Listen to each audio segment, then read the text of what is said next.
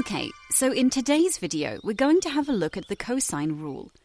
And you do need to know the cosine rule and remember it.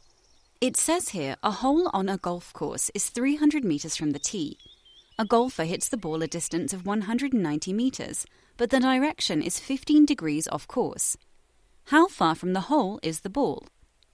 To solve for unknown sides in a triangle, first step is to draw a sketch and include all the known values. And this is my sketch.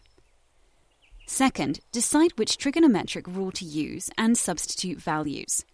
Since here we have two sides and angle in between, this means we should use the cosine rule, which I put here in the pink bar. It's a squared equals b squared plus c squared minus 2bc cos a.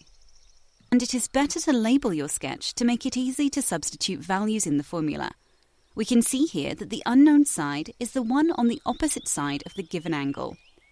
So I'm going to label the side that we're looking for little a, and the angle opposite to it big A. The other two sides are b and c. Now we can substitute the values to work out the value required, so it will be a squared equals b squared, which is 190 squared plus 300 squared, the value of c, and then we're going to minus 2 lots of bc cos a, so minus 2 times b, which is 190 times c, which is 300 cos 15 degrees. Obviously, this is a calculator question, so I'm just going to type this into the calculator.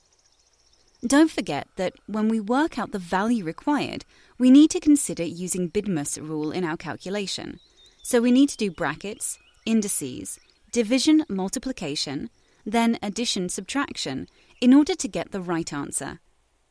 And here, a squared comes out as 15,984.4558. And we need only a, not a squared. So I just need to square root both sides, and the value of a comes out as 126 meters after I round it to the nearest meter. And this is my final answer. Thanks for watching. Don't forget to like. Don't forget to comment. Don't forget to subscribe for all the upcoming videos. See you in the next video.